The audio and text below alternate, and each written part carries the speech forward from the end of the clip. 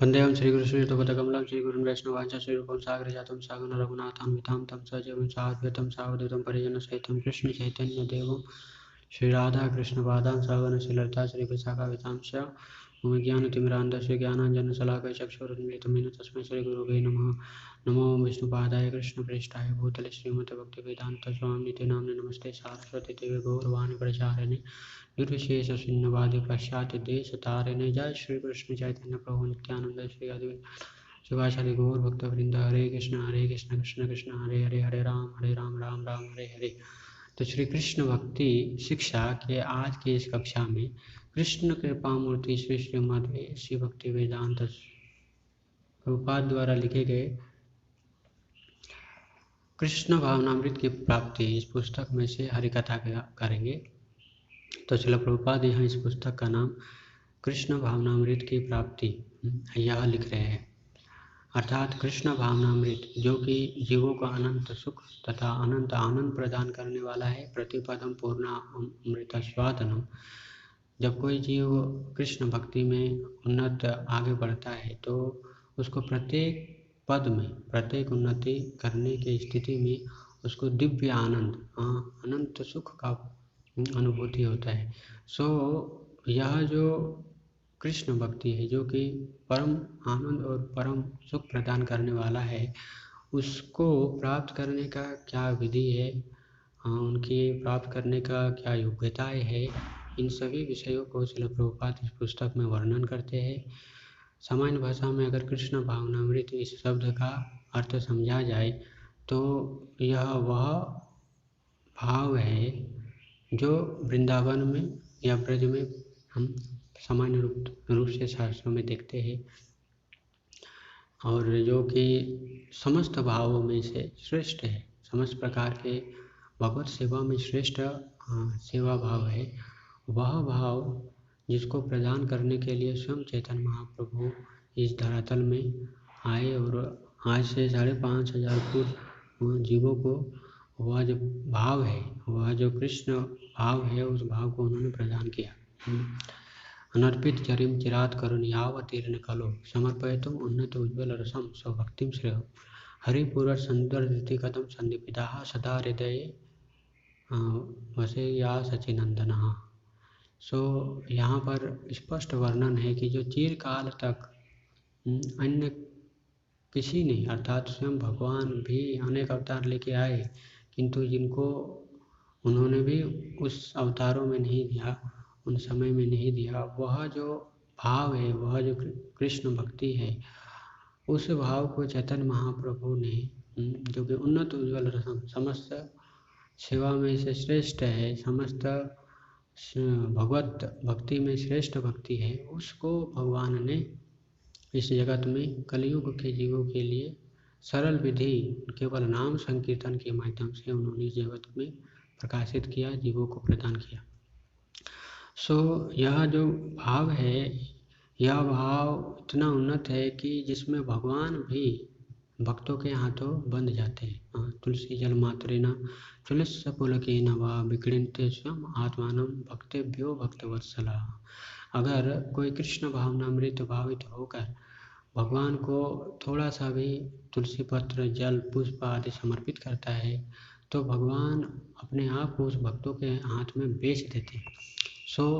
यह ऐसा इतना उन्नत भाव है जिसमें भगवान भी भक्तों के हाथों में बनते हैं। इसका साक्षात प्रमाण हमें श्रीमद् भागवतम में भगवान कृष्ण के लीला में हमें देखने को मिलता है कि किस तरह से समस्त जगत के परम ईश्वर होते हुए भी भगवान भक्ति वश प्रेम वश माता यशोदा के द्वारा भी शासित होते हैं, अपने मित्रों के द्वारा भी वो उपहास किए जाते हैं।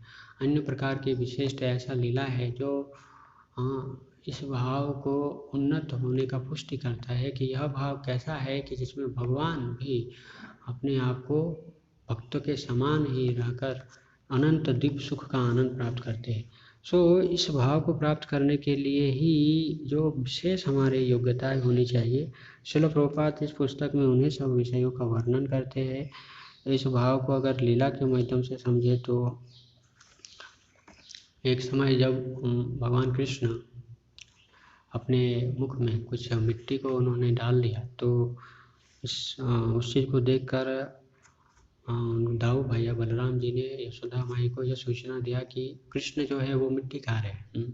ऐसे में भगवान कृष्ण के जो माता है यशोदा माई, उनको थोड़ा ये हुआ कि यह जो मेरा पुत्र है अगर ऐसे ही मिट्टी खाते रहेगा तो बाद में बहुत सारी समस्याएं हो सकती है। मिट्टी खाना अच्छी बात नहीं है, इनको इस बुरी आदत से छुटकारा दिलाना चाहिए, तो इस पर शासन करना चाहिए। ऐसा करके वो भगवान कृष्ण के पास गई और भगवान कृष्ण को पूछ रही क्या तुमने मिट्टी खाई। देन भगवान कृष्ण बोल रहे हैं नहीं, मैंने मिट्टी नहीं खाई। और चूँकि भगवान वहाँ पर एक तरह से झूठ बोल रहे थे, सो माता यशोदा ने जब देखा कि कृष्ण का जो भाव है वो वैसा नहीं है जो वास्तविक तौर पे सत्य बोलने से होता है, सो फिर माता यशोदा ने कृष्ण को सम्मुख बुला के और उन्होंने कहा कि तुम मुख खोल के मुझे दिखाओ कि तुमने मिट्टी खाई है कि नहीं। तो अभी भगवान कृष्ण भयभीत हो गए कि अगर मैं मुख खोलूँगा तो मुख में मिट्टी दिखेगी, फिर माता यशोदा मुझ पे इसके कारण क्रोधित होगी, वो मुझ पर शासन करेगी, मुझे मारेगी। तो ऐसे में फिर भगवान ने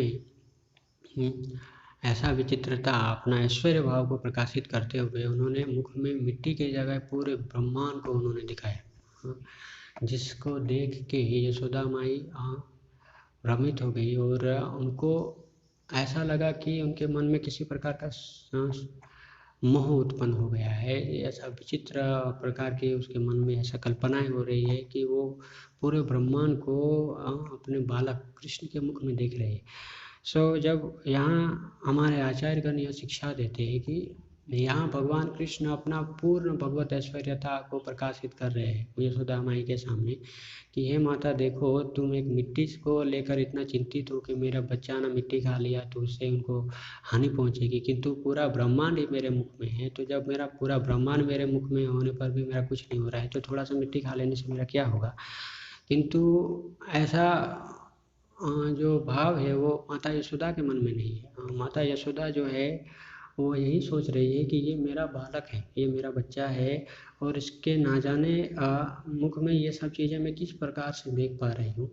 सो अगर यहाँ वृंदावन में भगवान अपना समस्त ऐश्वर्य को भी प्रकाशित कर देते हैं तो भी भगवान के भक्त इस चीज़ को स्वीकार नहीं करते हैं कि वे पूर्ण पुरुषोत्तम भगवान है। ऐसे ही अनेक एक लीला आता है जिसको हमारे गोस्वामीगण वर्णन करते हैं अपने पुस्तक में कि एक समय भगवान कृष्ण को उनके मित्रों ने कहा कि हे कृष्ण, हमने सुना है कि तुम भगवान हो, तुम तो बहुत विचित्र प्रकार के आश्चर्यचकित कार्य भी करते हो, हमने देखा भी है, सो क्या तुम वाकई में भगवान हो ना। हाँ, मैं भगवान हूँ। तो उनके मित्र बोले कि लेकिन मैंने तो सुना है कि भगवान जो है वो शंख चक्र पद्म ये सब चार चतुर्भुज रूप में रहते हैं, लेकिन तुम तो हमारे साथ एक ग्वाल बाल के रूप में, हम कैसे समझेंगे कि तुम भगवान हो। अगर तुम भगवान हो तो अपना पूरा रूप दिखाओ, जो विष्णु का रूप है जैसे शास्त्रों में वर्णन है ऐसा भगवत रूप दिखाओ। सो भगवान भी सोचने लगे अच्छी बात है, ये लोग हमेशा मुझे ग्वाल बाल कह के मेरा अवहेलना करते रहते हैं, आज मैं जब इनको पूरा अपना समस्त ऐश्वर्य दिखाऊंगा तो ये लोग मुझे एक सामान्य बालक नहीं समझेंगे, भगवान के रूप जैसा मान के मेरा क्या करेंगे, सम्मान करेंगे। ऐसा मन में भाव करके भगवान ने अपना जो वैकुंठ में जिस प्रकार से वो रहते भगवान विष्णु के रूप में, उन्होंने वो अनुपम रूप अपने मित्रों के सामने प्रकट किया, चतुर्भुज रूप, और पूरा ऐश्वर्य के साथ उन्होंने दिखाया कि किस तरह से अनंत कोटि देवतागण, उनके पार्षद, उनके भक्त भी उनको वहाँ पर स्तुति कर रहे हैं, उनकी पूजा कर रहे हैं, उनकी सेवाएं कर रहे हैं। ये सारे चीज़ें भगवान कृष्ण ने अपने मित्रों के सामने प्रकट किया। किंतु इतने पर फिर बाद में उनके मित्र ने बोला कि अरे अच्छा, बहुत अच्छा है, बहुत अच्छा दिख रहे हो।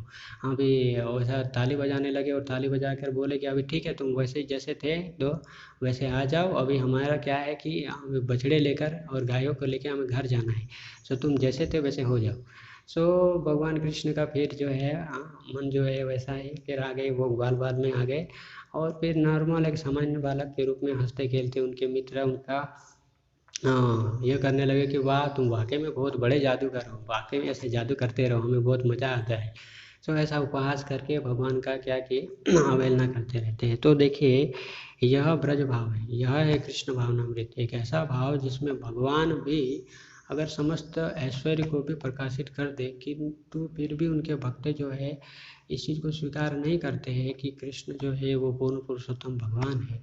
हाँ, और उनके साथ सामान्य जैसे व्यवहार होता है, जैसे एक मित्र अपने मित्र के साथ खेलता है, हाँ, एक माता पिता अपने पुत्र के साथ ऐसा वात्सल्य भाव रखते हैं, वैसे ही भाव जो है वहाँ ब्रज में देखा जाता है भगवान के प्रति। सो इस भाव को प्राप्त करने के लिए बद्ध जीवों को किन किन चीज़ों की योग्यताओं की आवश्यकता होनी चाहिए। श्रील प्रभुपाद इन सभी चीज़ों को संक्षेप रूप में इस पुस्तक में वर्णन करते हैं। सो आगे के कक्षा में हम इन्हीं विषयों को जानेंगे और समझेंगे कि इनका वास्तविक तौर पे क्या अर्थ है और इनको हम कैसे अपने जीवन में धारण कर सकते हैं ताकि हम कृष्ण भक्ति में आगे बढ़े और अपने जीवन को परम आनंद और सुख की स्थिति में लेकर जाए। सो आज के लिए इतना ही। हरे कृष्ण।